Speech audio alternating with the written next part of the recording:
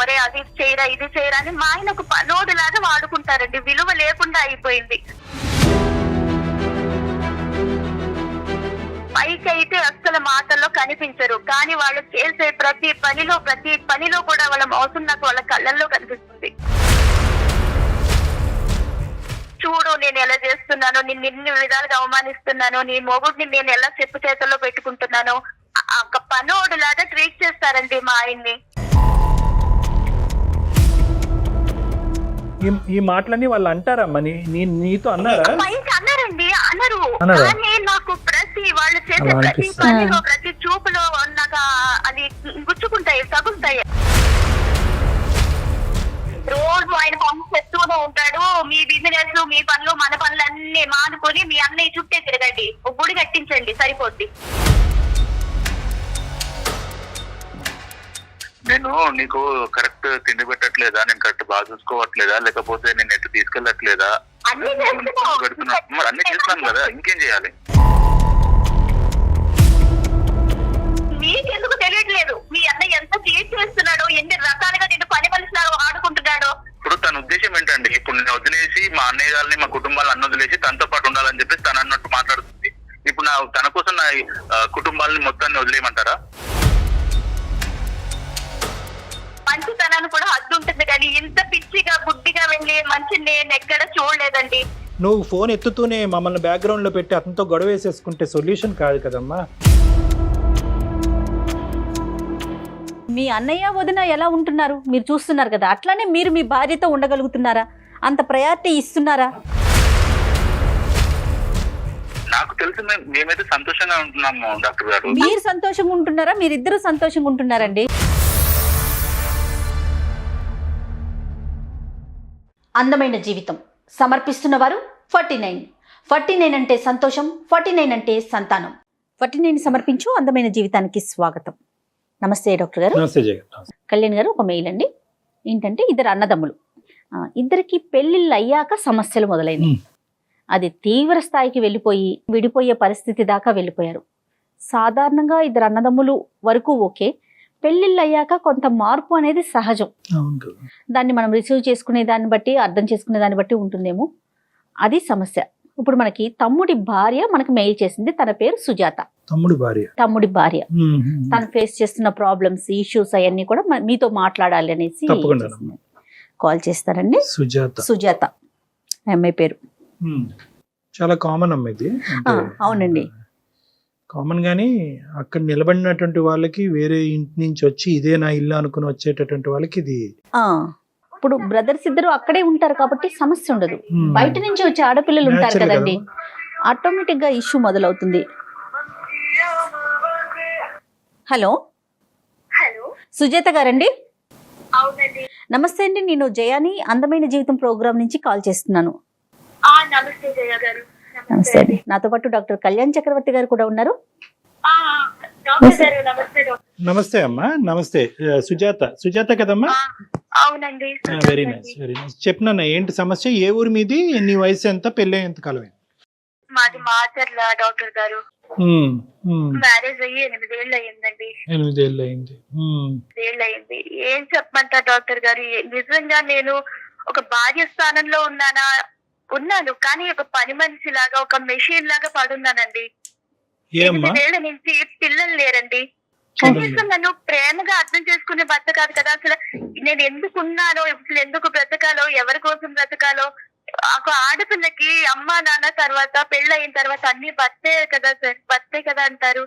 అలాంటిది భర్తే మనకి సర్వస్వం అనుకున్నప్పుడు అలాంటి భర్త మనల్ని అర్థం చేసుకోకుండా, అయితే విషయం ఏంటంటే డాక్టర్ గారు, ఆయనకి సమస్తం అన్ని వాళ్ళ అన్నయ్య వదిన మాట జవదాటదండి. అంతకు మించి ఇంక ఏమీ లేదు. నేనున్నానో లేదో, అసలు ఏంటి, నాకేం కావాలి, కొంచెం ప్రేమగా మాట్లాడే ఇది కూడా లేదండి నాతో. వాళ్ళకి పిల్లలు ఉన్నారా? 2 పిల్లలు ఉన్నారు వాళ్ళకి. మీరేం చేస్తూ ఉంటారమ్మా? మీరు గాని మీ వారు గాని మీరేం చేస్తూ ఉంటారు? నేను హౌస్ వైఫేనండి. ఆయన అయితే బిజినెస్ ఒకటి షాప్ లో మినరల్ వాటర్ ప్లాంట్ పెట్టుకున్నారు. అయితే ఇల్లు ఉండేది కూడా ఇప్పుడు ప్రెసెంట్ వాళ్ళది ఉండేది ఓన్ హౌసేనండి. ఆ పెళ్లికి ఏమని చెప్పి మాకు మా అమ్మ నాన్నలు వాళ్ళు అందరిలోని పెళ్లికి చెప్పిన మాట ఏంటంటే ఇల్లు ఇద్దరిది అన్న తమ్ముళ్ళది అని చెప్పారండి. అప్పట్లో అది ఒక 25 లక్షలు వాల్యూ చేసేది. ఇప్పుడు అది ఇన్నేళ్లుగా చేసే దగ్గర దగ్గర మాకు ఒక 50 లక్షల వరకు అన్న వస్తుంది. అట్లీస్ట్ వాళ్ళు ఎంత చెప్పిన మాటకి కూడా విలువ ఇవ్వకుండా అయ్యో పెద్దల సమక్షంలో చెప్పాము వీళ్ళకి ఇంత వర్త్ వస్తుంది, వీళ్ళకి ఇంత ఇవ్వాలి వాట, మరి ఇవ్వకపోతే వాళ్ళ లైఫ్ ఏమవుతుంది, వాళ్ళకి కూడా ఉంది కదా ఫ్యామిలీ అన్న ఒక పాయింట్ ఆఫ్ వ్యూ లో కూడా వాళ్ళకి ఇంత పీనాస్ అంటే అంత పీనాసిగా బిహేవ్ చేస్తున్నారండి. ఆ ఇంట్లో వాళ్ళు ఉంటున్నారమ్మా? వాళ్ళ ఇంట్లోనే వాళ్ళు ఉంటున్నారండి. మేమైతే ఇంకా బయటికి రెంట్కి వచ్చేసాం వేరే చోటికి. ఎందుకు వచ్చారమ్మా? అసలు బయటికి రావాల్సిన పరిస్థితి ఏమైందమ్మా? ఎందుకు వచ్చారు? ఏమైనా గొడవ పడి వచ్చారా లేదంటే విడిగా ఉంటే బాగుంటుంది? గొడవ అంటే గొడవ కాదు డాక్టర్ గారు. మా తోటికోడలు ఉన్నారు కదా, తోటికోడలు అంటే మనకి అసలు శత్రువు అని కూడా మనం చెప్పలేవండి. పైకి అయితే అసలు మాటల్లో కనిపించరు, కానీ వాళ్ళు చేసే ప్రతి పనిలో కూడా వాళ్ళ మోసం నాకు వాళ్ళ కళ్ళల్లో కనిపిస్తుంది. చూడు నేను ఎలా చేస్తున్నాను, నిన్ను ఎన్ని విధాలుగా అవమానిస్తున్నాను, నీ మొగుడిని నేను ఎలా చెప్పు చేతుల్లో పెట్టుకుంటున్నాను, ఒక పనోడు లాగా ట్రీట్ చేస్తారండి మా ఆయన్ని. మా ఆయనకి అసలు అర్థమే కావడం లేదు. చూడు ఈ మాటలన్నీ వాళ్ళు అంటారమ్మా? నీతో అన్నారా? అన్నారండి, అన్నారు. కానీ నాకు వాళ్ళు చేసే ప్రతి పనిలో ప్రతి చూపులో నాకు అది గుచ్చుకుంటాయి, తగులుతాయి. తెలుస్తుంది. బావగారు కూడా అలానే ఉంటారా? బావగారు అలాగే ఉంటారండి. మా తోటి కూడా ఆమె కళ్ళల్లో అయితే పర్టికులర్ గా తెలుస్తుంది. ఆయన ఎలాగంటే ఇప్పుడు ఏదన్నా ఒక ఫంక్షన్ కి అటెండ్ అయితే అన్న తమ్ముళ్ళు ఇద్దరిని ఎలాగ ట్రీట్ చేస్తారండి, అలా ఉండదు.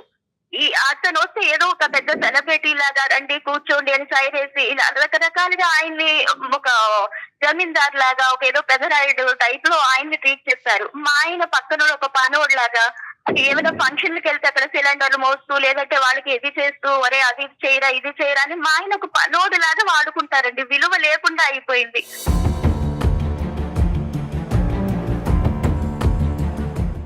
సుజాత గారు, మీరు ఎప్పుడైనా డిస్కస్ చేశారా? మీ అన్నయ్య వదిన ఇలా చేస్తున్నారేమో నాకు అనిపిస్తోంది అన్నట్టుగా అట్లా ఏమైనా మాట్లాడారా? చెప్తానండి, నేను ప్రతిరోజు నాతో కూర్చుని ప్రేమగా కలిసి మాట్లాడితేనే కదండి ఆయనకి ఏమైనా అర్థమయ్యేది. ఏది చెప్పినా ఆయన వాళ్ళ అన్నయ్యనే సపోర్ట్ చేస్తూ మా అన్నయ్య వదిన నువ్వంటే మధ్యలో వచ్చావు, నాకు చిన్నప్పటి నుంచి వాళ్ళ గురించి నువ్వు మమ్మల్ని విడగొట్టడానికి నువ్వు ఇప్పుడు వచ్చావా మధ్యలో, నువ్వెందుకు ఇలా చేస్తున్నావు, వీళ్ళు ఎందుకలా మమ్మల్ని విడగొట్టడానికి నువ్వు ట్రై చేస్తున్నావా అని తిరిగి నన్నే అంటాడు. కానీ నేను పడే అవమానాలను గాని వాళ్ళు చేసే వెటకార పనులు గాని ఇవి గాని అసలు పట్టించుకోవడం అసలు అర్థమే చేసుకోడండి ఈ మనిషి. నాకు ప్రేమ కావాలి, నాకు ఒక అటెన్షన్ కావాలి అని నువ్వు అంటూ ఉంటే దాన్ని పెడర్థంగా తీసుకుని మా అన్నదమ్ముల మధ్యన నువ్వు చిచ్చు పెడతావు అనే విధంగా అతను మాట్లాడుతున్నాడండి. అతను అటువైపు ఎక్కువ టైం స్పెండ్ చేస్తున్నాడు. అతనికంటూ సెల్ఫ్ రెస్పెక్ట్ వాళ్ళు ఇవ్వకపోయినా కూడా అదే లోకంలాగా అతను బతుకుతున్నాడు. కానీ నీ వరకు నిన్ను ఎలా చూసుకుంటున్నాడమ్మా? అంటే మీ ఇంటికి కావాల్సినటువంటి వసతులు సదుపాయాలు లేదంటే నీ అవసరాలు, మీ ఇద్దరి మధ్యన ఉండే భార్యాభర్తల సంబంధం ఇవన్నీ ఎలా ఉన్నాయమ్మా?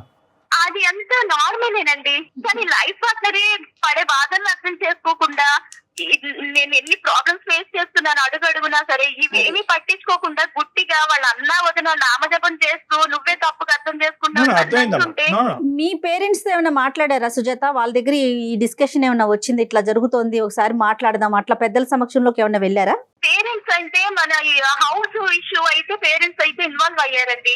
ఏంటి అసలు ముందు పెళ్లికి చెప్పిన మాట ఏంటి, ఇప్పుడు మీకు సంబంధం లేదు అని అనడం అది ఎంత వరకు కరెక్ట్? మేము వెళ్ళి అడుగుతామంటే మా ఆయన దానికి పెద్ద మనిషి ఏమన్నాడంటే వద్దండి మావయ్య గారు అత్తయ్య గారు మీరు అసలు అడగడానికి వీల్లేదు, మా అన్నయ్య నాకు ఏమన్నా ఇస్తే ఆయన దయతలిసి ఇస్తే ఆయన సంతోషంగా ఇస్తేనే నేను తీసుకుంటా, లేదంటే నాకు ఒక్క రూపాయి కూడా వద్దు. అంత దయాదు హృదయం గల నా భర్త అండి. ఈ మనిషిని మరి ఏం అనాలో నాకు కూడా అసలు ఏం అర్థం కావట్లేదండి. విసిగి విరక్తి చెందున్నాను అసలు. సంబంధం ఎలా ఉందమ్మా మీ తోటికోడలతో గానీ మీ బావగారితో గానీ? మీ అందరి మధ్య రిలేషన్షిప్ మాటలు ఎలా ఉన్నాయి? వాళ్ళు మీ ఇంటికి వస్తూ ఉంటారా? ఇంటికి వచ్చినప్పుడు నువ్వు ఎలా రియాక్ట్ అవుతూ ఉంటావు? ఎన్ని సందర్భాల్లో మీరు అక్కడికి వెళ్తూ ఉంటారు? అక్కడ ఉన్నప్పుడు మీకు ఎలాంటి ట్రీట్మెంట్ వస్తూ ఉంటుంది? ఇన్నేళ్లలో డాక్టర్ గారు వాళ్ళు మా ఇంటికి ఎన్నిసార్లు వచ్చినా ఉత్తి చేతులతో వస్తారండి. అంటే ఏదో మాకు మోసుకొచ్చేయాలి తెచ్చేయాలి అని కూడా నేను ఆశపడట్లేదు. మా ఆయన వెళ్ళిన మేము ఎన్ని చిన్న ఫంక్షన్లు కానీ ఒక్క చిన్నవి ఏ అకేషన్ జరిగినా మా ఆయన అయితే మొత్తం అన్ని ఫ్రూట్స్, స్వీట్స్, డ్రింక్స్ ఒక్కటి కాదండి సమస్తం మోసుకెళ్తారండి.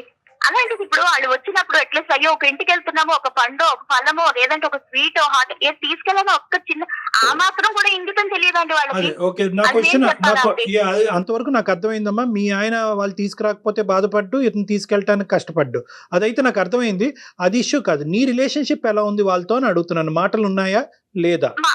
మాటలన్నీ ఉన్నాయండి, మాటలు మామూలే. కాకపోతే బయట మా ఇద్దరికి మాకు మాత్రమే తెలుస్తుంది. మా ఆయనతో అంతా బానే ఉంటుంది. ఏమన్నా చిన్న పని ఉంటే చాలు ఫోన్ చేస్తారా, హలో అంటే పిలిపించుకుంటాడు, అన్ని పనులు చేయించుకుంటాడండి పెద్ద మనిషి. ఈయనకు పని ఉంది అన్నయ్య నాకు ఇది ఇందులో ఉన్నాను నేను ఇప్పుడు రాలేనని ఒక్క మాట నోట్లోంచి రాదండి. ఇక్కడ ఈయనకి ఎంత అర్జెంట్ పని ఉన్నా అసలు వెళ్లే పరిస్థితి ఒంట్లో బాగాలేకపోయినా సరే లేచి వెళ్ళిపోయి అన్ని రకాలుగా చేసి వస్తాడు ఈ మనిషి. మీ హస్బెండ్ తో ఏమైనా మాట్లాడొచ్చా మనం ఒకసారి?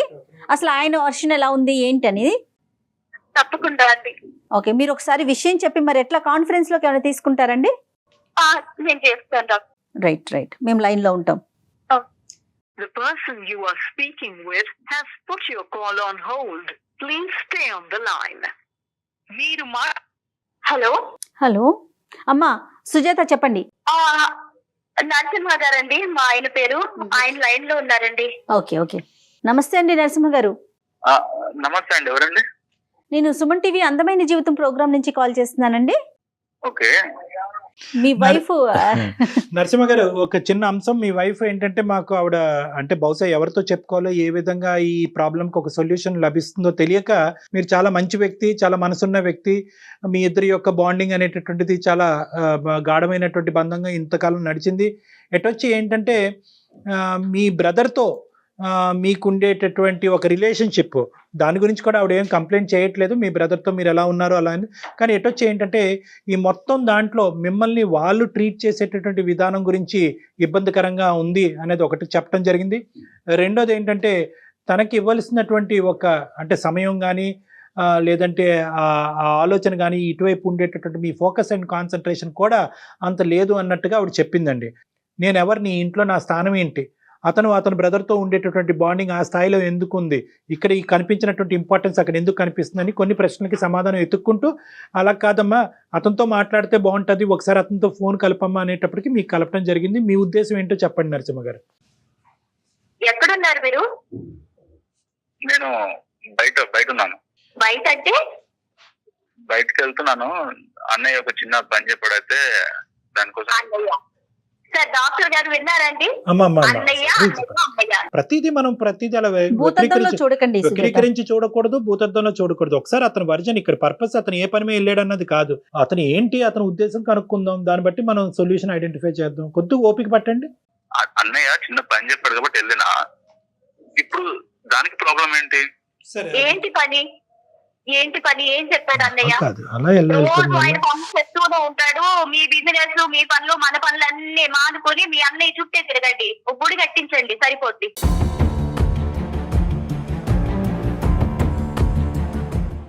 ఒక అసలు భర్తగా అసలు ఏం చేస్తున్నారో నాకు ఇంట్లో అనేది నాకేం అర్థం కావట్లేదు. ఇన్నేళ్లు వేసి ఇక నాకు అయిపోయింది నీతో, ఇంకా నా వల్ల కాదు.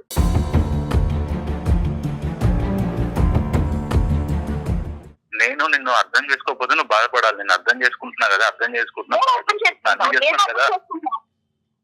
నేను బాగా చూసుకోవట్లేదా? నిన్ను చూసుకుంటా, అందరూ చూసుకుంటారు. కానీ ఏ రోజన్నా ప్రేమగా మాట్లాడి ఇది నేను పడే అవమానాల గురించి చెప్తుంటే ఎప్పుడు కూడా లేదు, మా ఇద్దరి మధ్య గొడవ పెడుతున్నావు, నువ్వు ఏ విధంగా ఎందుకు ఆలోచిస్తుంది అన్ని తిరిగి అన్నమే. కానీ నిజమా కాదా అన్న యాంగిల్లో అసలు నా వైపు నా కోణంలో ఒక్క రోజున ఆలోచించావా నువ్వు చెప్పు.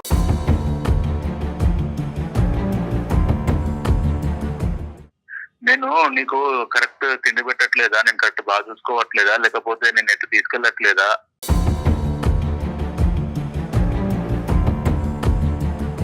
నీ మీద నమ్మకం పెట్టుకుని పెళ్లి తర్వాత భర్త అన్ని సర్వస్వాన్ని మేము మీ దగ్గరికి వచ్చినప్పుడు ఎంత ప్రేమగా చూసుకోవాలి భార్య అంటే. ఇన్నేళ్ల నుంచి ఎన్ని అవమానాలు బయట పడుతూనే ఉన్నాం. బయట వాళ్ళకే తెలుస్తున్నారే, అసలు మీకెందుకు తెలియట్లేదు మీ అన్న ఎంత ట్రీట్ చేస్తున్నాడో, ఎన్ని రకాలుగా నేను పని మనిషిలాగా ఆడుకుంటున్నాడో అనేది. అన్నయ్య బిజీ ఉంటున్నాడు కాబట్టి నాకు పని చెప్తున్నాడు. చేస్తున్నాను నేను. అన్ని బిజీ అంటే ఆయన పనులు ఆయన చేసుకుంటాడు, మీ పనులు కూడా వదిలేసి మీరు వెళ్ళిపోవాలి. నా పనులు నాకు చేయట్లేదు కదా, నా పని చేసుకుంటే కదా, నా ఫ్రీ టైం కూడా కదా నేను అనే వర్క్ చేస్తున్నాను. ఫ్రీ టైం ఏం ఫ్రీ టైం ఏంటి చేస్తున్నారు? మనకి ఇచ్చేది ఏమన్నా మనకు ఒక కొంచెం వాల్యూ ఇస్తున్నారా? ఎక్కడికన్నా వెళ్తే నా అలా కదమ్మా సుజాత, అమ్మ సుజాత ఒక్క నిమిషం సుజాత, నేను ఇందాకెంత చక్కగా ప్లాట్ఫామ్ క్రియేట్ చేశాను. ఏమని చెప్పాను నేను, ఏమయ్యా నరసింహ నీ మీద ఏమీ ఆ అమ్మాయి కంప్లైంట్ చేయట్లేదు, తన స్థానం ఏంటి అక్కడ బాండింగ్ ఏంటి అనేది ఒకటి అడగటానికి. నువ్వు ఫోన్ ఎత్తుతూనే మమ్మల్ని బ్యాక్గ్రౌండ్లో పెట్టి అతనితో గొడవ వేసేసుకుంటే సొల్యూషన్ కాదు కదమ్మా. ఒక్క నిమిషం మేం చెప్పేది కూడా వినండి. మన పనులు వదిలేసుకుని వాళ్ళ పనులకు వెళ్తున్నారు అనేటటువంటి మాటలో వాస్తవం ఉందమ్మా. ఇందాక అదే అతను కూడా అడిగాడు, మీ పనులు వదిలేస్తున్నాడు అతను, తనతో స్పెండ్ చేయట్లేదు అనేది ఆ ఖాళీ టైం నాతో ఉండొచ్చు కదా అనేది తన ఇక్కడ ఒపీనియన్ కదా. ఏంటంటేనమ్మా ఇంట్లో గొడవ పడేటటువంటి విధంగా ఈ ప్లాట్ఫామ్ మీద మాట్లాడితే మనం ఒక సొల్యూషన్కి రాలే. సో ఇక్కడ నౌ కమింగ్ టు నరసింహ ఇక్కడ ఏంటంటే ఆ అమ్మాయి ఇమోషనల్ ప్లాట్ఫామ్ మీద మాట్లాడుతుంది, నాకు ప్రేమ కావాలి, ఆప్యాయత కావాలి, బంధం కావాలి, ఈ బంధానికి ఒక అర్థం కావాలి అనేటటువంటిది ఆ అమ్మాయి అడిగేటటువంటి ప్రశ్న. మీ బ్రదర్తో మీకు ఉండేటటువంటి రిలేషన్స్ని మిమ్మల్ని తగ్గొట్టుకోమనట్లేదు, దాన్ని మేము ఖండించట్లేదు. అన్నదమ్ములుగా మీరు ఇలాగే ఉండాలి, మీ అన్నకి ఇచ్చే గౌరవం మీరు ఇలాగే ఇవ్వాలి, మీ వదిన గారిని తల్లిగా భావిస్తూ ఆవిడకి ఇచ్చేటటువంటి గౌరవం కూడా ఇవ్వాలి. కానీ వాళ్ళకి ఎంత గౌరవం ఇస్తున్నారో మిమ్మల్ని నమ్ముకుని ఇచ్చేటటువంటి మీ భార్యకి మీరు ఇచ్చేటటువంటి గౌరవం అనేటటువంటిది అంతే ఇంపార్టెంట్. అదేవిధంగా వాళ్ళు కూడా ఈ అమ్మాయిని లెక్కలోకి తీసుకోవాలి. మీ ఇద్దరి మధ్యన ఈ సమస్య అనేది ఈ రోజు వరకు మాకు తీసుకొచ్చేంత వరకు లేదంటే ముందు నుంచి మీరు ఇది గమనిస్తూనే ఉన్నారా? మీ అభిప్రాయం చెప్పండి సార్ నరసింహ గారు. నేనైతే ఇప్పటి వరకు ఇలాంటివి అయితే వినలేదండి. తన లోపల ఏం పెట్టుకుంటుందో నాకే తెలియదు. రోజైతే బానే ఉంటుంది, నేను బయటకు వెళ్ళేటప్పుడు బాగానే చెప్తుంది, లోపల నా వెనక ఏం జరుగుతుందో నాకైతే తెలియదు. నేను అన్నే వాళ్ళ ఇంటికి వెళ్తే ఒక్కోసారి ఎందుకు కోప్పడుతో తెలియదు, ఉన్నట్టుండి కోప్పడుతుంది, తర్వాత ఇమ్మీడియట్లీ కూల్ అయిపోతుంది. సరే అని చెప్పేసి నేను ఇంకా పనికి వెళ్ళిపోతాను, వస్తాను, వచ్చే వరకు ఏదో ఒకటి మనసులో పెట్టుకొని ఉంటది. తర్వాత నేను వచ్చిన తర్వాత మామూలుగా ఉంటది, మళ్ళీ నేను ఉన్నప్పుడు అలా ఉంటది, లేనప్పుడు అలా ఉంటది. ఈ రోజు డాక్టర్ గారి దగ్గరికి మీరు చెప్పే వరకు నువ్వు చెప్పే వరకు నాకు తెలియదు. ఆ అమ్మాయి నీకు అర్థమయ్యేటటువంటి చెప్పేంత పెద్ద సబ్జెక్ట్ ఏమీ కాదు ఇది. ఇదేది 8 నెలల ప్రయాణం ఏమీ కాదు, 8 సంవత్సరాల ప్రయాణం. ఆ అమ్మాయి ముభావంగా ఉన్నా మీరు అక్కడికి వెళ్ళి వచ్చి వెనక్కి వచ్చిన తర్వాత ఆ అమ్మాయి ఇంకో విధంగా ప్రవర్తించిన ఏదున్నా కూడా ఇక్కడ మీనింగ్ ఒకటే కదా. మీరు ఇది అర్థం చేసుకుని ఆ అమ్మాయి మనసులో ఏముందన్నది తొంగి చూసేటటువంటి ప్రయత్నం ఎంతవరకు చేశారు? మీరు మరీ అంత నాయివ్గా ఏమీ తెలియనట్టుగా వ్యవహరించకండి. ఇక్కడ అమ్మాయి మనస్తాపం చెందుతుంది, ఇంకా బాధపడుతుంది. 8 సంవత్సరాల పాటు నా భర్త ఇంతేనా అర్థం చేసుకున్నాడా అనే క్వశ్చన్తో అమ్మాయి ఇంకా ఇబ్బంది పడుతుంది. ఇక్కడ సింపుల్ లాజిక్, అక్కడ బంధాన్ని కాదు అని అనట్లేదు, ఇక్కడ ఉండేటటువంటి బంధానికి ఒక మీనింగ్ చూపెట్టమంటుంది అమ్మాయి. నేను మెంటల్ డాక్టర్ గారు హార్మోనల్ ఇన్బ్యాలెన్స్ అయిపోయింది డాక్టర్ గారు. ఈయనతో ఈ వేగి అట్లీస్ట్ మాట అర్థం చేసుకొని ప్రేమగా 4 మాటలు మాట్లాడుతూనే కదండి ఏదన్నా నాకు తెలిసేది. ఈ ఆలోచనలకి టెన్షన్లకి నేను పడే బాధకి ఇంకా నాకు ఏమవుతున్నానో నా జీవితం ఎటు వెళ్ళిపోతుందో కూడా కాదమ్మా, నాకు ఇంకా అర్థం కావట్లేదు. నరసింహ అనేది తక్కువ మాట్లాడతాడా, లేదంటే ఈ రోజు కాల్ చేసినందుకు తక్కువ మాట్లాడుతున్నాడా, లేదంటే వాళ్ళ ఇంట్లో ఎక్కువ మాట్లాడి ఇక్కడ తక్కువ మాట్లాడతాడా? చాలా తక్కువ మాట్లాడుతున్నాడు నరసింహ ఈ రోజు ఇక్కడ. నా దగ్గర చాలా లిమిటెడ్ అండి. ఇప్పుడు మీరు ఎలా చెప్తున్నారో సేమ్ అంతే. తిన్నావా అంటే తిన్నావు, ఇంట్లో అన్ని తెచ్చానా, పెట్టానా, వెళ్ళానా, నా పని నేను చూసుకున్నాను. వాళ్ళ అన్న ఇంటికి వెళ్తే ఇంకా అన్న నామ చెప్పదు తప్ప ఇంకా వేరే లేదండి. నరసింహ చెప్పండి, ఏం చేద్దాం? ఇప్పటికైనా అమ్మాయి మనసు అర్థమైందా? 8 సంవత్సరాల తర్వాత ఆ అమ్మాయి ఏం కావాలని అనుకుంటుంది అన్నది ఇప్పటికైనా అర్థమైందా మీకు? నేను చెప్పాను, విడమర్చి చెప్పాను ఏం కోరుకుంటుంది అన్నది. ఏం చేద్దాం? ఇప్పుడు తన ఉద్దేశం ఏంటండి? ఇప్పుడు నేను వదిలేసి మా అన్నయ్య గారిని, మా కుటుంబాలను అన్న వదిలేసి తనతో పాటు ఉండాలని చెప్పేసి తను అన్నట్టు మాట్లాడుతుంది. ఇప్పుడు తన కోసం నా కుటుంబాలని మొత్తాన్ని వదిలేయమంటారా?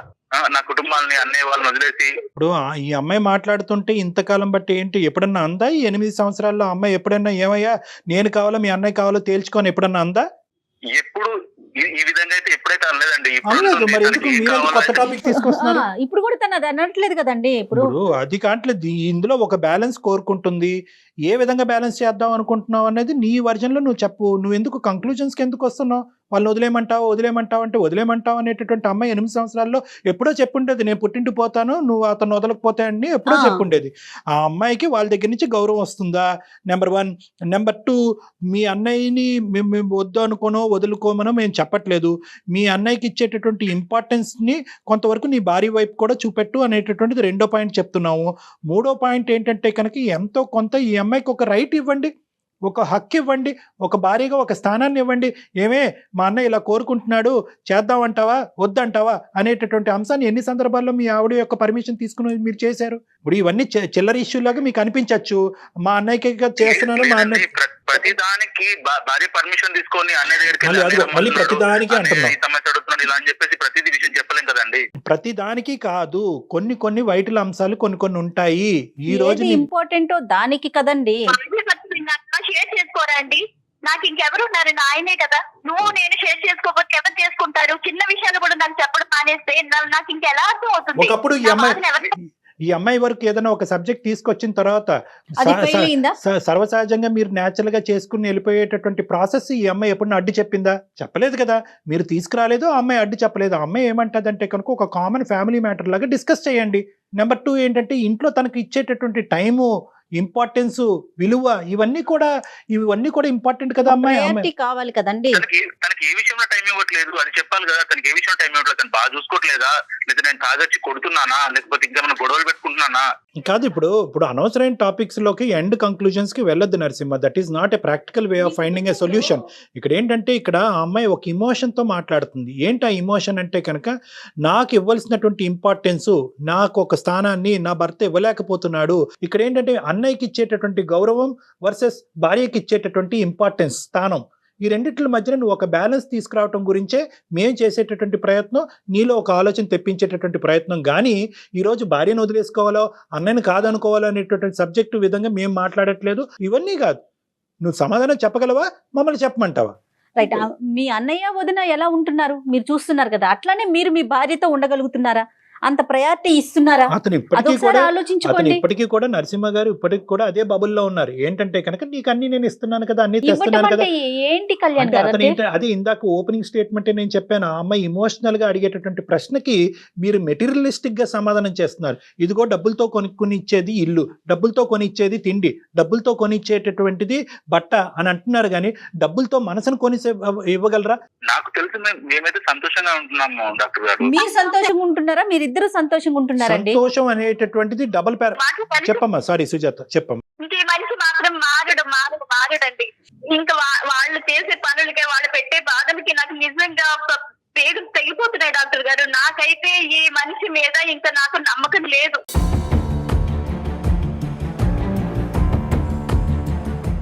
మంచితనాన్ని కూడా హద్దు ఉంటుంది, కానీ ఇంత పిచ్చిగా గుడ్డిగా వెళ్ళి మంచి నేను ఎక్కడ చూడలేదండి. ఇంకా నేనైతే ఇంతో కలిసి బతికే ఛాన్సే లేదండి. నేను మా పుట్టింటికి వెళ్ళిపోతాను. నేను అమ్మ వాళ్ళ దగ్గరే ఉందాం అనుకుంటున్నాను.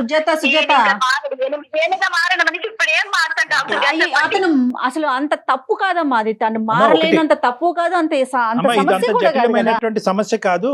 నిజంగా నువ్వు అటువంటి స్టెప్ తీసుకోవాల్సినటువంటి జటిలమైనటువంటి పెద్ద సమస్య అయితే కాదమ్మా. నరసింహ ఒక మంచి వ్యక్తి, అర్థం చేసుకునేటటువంటి వ్యక్తి. ఎటొచ్చి ఈ కాన్సెప్ట్ లో ఏంటంటే అతనికి అర్థం అవడానికి చాలా ఎక్కువ టైం పడింది. ఇప్పుడైనా కూడా ఈ ప్రాబ్లం కి ప్రాక్టికల్ సొల్యూషన్ అతను ఐడెంటిఫై చేస్తాడా, నన్ను చెప్పమంటాడా అన్నది ఒకసారి అవకాశం ఇచ్చి చూద్దాం అమ్మా. చెప్పండి డాక్టర్. ఇన్ని రోజులు సమస్య అనేది ఇద్దరి మధ్యలో ఉండే, ఇప్పుడు సమస్య అనేది మీ వరకు వచ్చింది కాబట్టి మీరేం చెప్తే నేను అది ఫాలో అవుతాను డాక్టర్ గారు. సూపర్. నరసింహ వాళ్ళ బ్రదర్ కి అర్థమయ్యేటటువంటి విధంగా ఈ సమస్యను తీసుకెళ్లాలి వాళ్ళ బ్రదర్ దగ్గరికి. అన్నయ్య, 8 సంవత్సరాల పాటు మేము కాపురం చేసి ముందుకు ప్రయాణం సాగుతున్నా కూడా ఈరోజు నా భార్య సుఖపడట్లేదు, సంతోషంగా లేదు అని అంటుంది.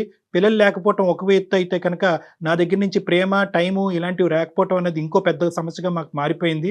మీ ఇద్దరు హ్యాపీగా ఉన్నారు, మీ ఇద్దరికి 2 పిల్లలు ఉన్నారు. కాబట్టి నేను కొంత సమయం నా భార్యకి ఇవ్వాలి, నా భార్య వైపు ఫోకస్ చేయాలి, నా భార్యకి నేనున్నాను అనేటటువంటి నమ్మకాన్ని నేను క్రియేట్ చేయాలి, నాకు కొంత సమయం కావాలి. ఈ సమయంలో నువ్వు చెప్పినటువంటి పని చేయకపోయినా, నీకు కావలసినటువంటి విధంగా నేను ఉండకపోయినా నువ్వు అపార్థం చేసుకోవద్దు అనేది ఫస్ట్ మీ బ్రదర్లో ఆలోచన కల్పించవలసినటువంటి బాధ్యత నరసింహ నీ మీద ఉంది. నెంబర్ 1. నెంబర్ 2 ఏంటంటే ఇలా అడుగుతున్నాడు అన్నయ్య, చేస్తే బాగుంటుంది అని అంటే కనుక ఖచ్చితంగా అమ్మాయి ఒప్పుకుంటుంది. ఆ అమ్మాయి మనసు చాలా పెద్దది.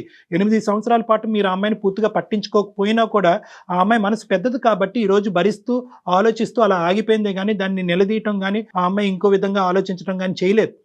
సో కాబట్టి ఏంటంటే మీరు ఏదైనా ఒక సబ్జెక్ట్ ఉంటే కనుక మొహమాటం లేకుండా, భయం లేకుండా, ఈ అమ్మాయి అభ్యంతరం చెప్తాది అనే ఆలోచన లేకుండా ఆ అమ్మాయి వరకు తీసుకొచ్చే ప్రయత్నం చేయండి. ఇది నెంబర్ 2. అప్పుడు ఆ అమ్మాయికి ట్రాన్స్పరెన్సీ వస్తుంది, నమ్మకం వస్తుంది. నా స్థానానికి ఒక ఇంపార్టెన్స్ ఇచ్చి వచ్చి నా భర్త నా పర్మిషన్ తీసుకుని అక్కడికి వెళ్తున్నాడు కదా అనేటటువంటి ఒక ఆనందం ఆ అమ్మాయిలో ఉంటుంది. ఇది నెంబర్ 2. నెంబర్ 3, సుజాత నీకు చెప్పేది ఏంటంటేనమ్మా, ఇదేదో ఓవర్ నైట్ జరిగిపోయేటటువంటి కార్యక్రమం కాదమ్మా. ఎందుకంటే ఇంతకాలం వాళ్ళ అన్నదమ్ముల మధ్యన ఉండేటటువంటి బంధం ఇంకో లెవెల్కి వెళ్ళిపోవటం వల్ల, వాళ్ళిద్దరి మధ్యన అండర్స్టాండింగ్ ఇంకో లెవెల్కి వెళ్ళిపోవటం వల్ల ఇది స్లోగా over a period of time మార్పు జరిగేటటువంటి అంశమే కానీ ఇది రాత్రి జరిగేది అంశం కాదు. ఇది సుజాత నీకు చెప్పే మాట. మీరు ఏదైతే చెప్పారో అది నేను ఈ రోజు నుంచి నేనైతే ఫాలో అవుతాను. ఫస్ట్ ఆఫ్ ఆల్ ఏంటంటే నువ్వు మీ ఆవిడ ఫస్ట్ మీరిద్దరు ఇంట్లో కూర్చుని మీరు ఎక్కడైతే ఉన్నారో అక్కడి నుంచి తిరిగి వచ్చిన తర్వాత మీరిద్దరు కూర్చొని డిస్కస్ చేసుకోండి, గొడవ పడద్దు.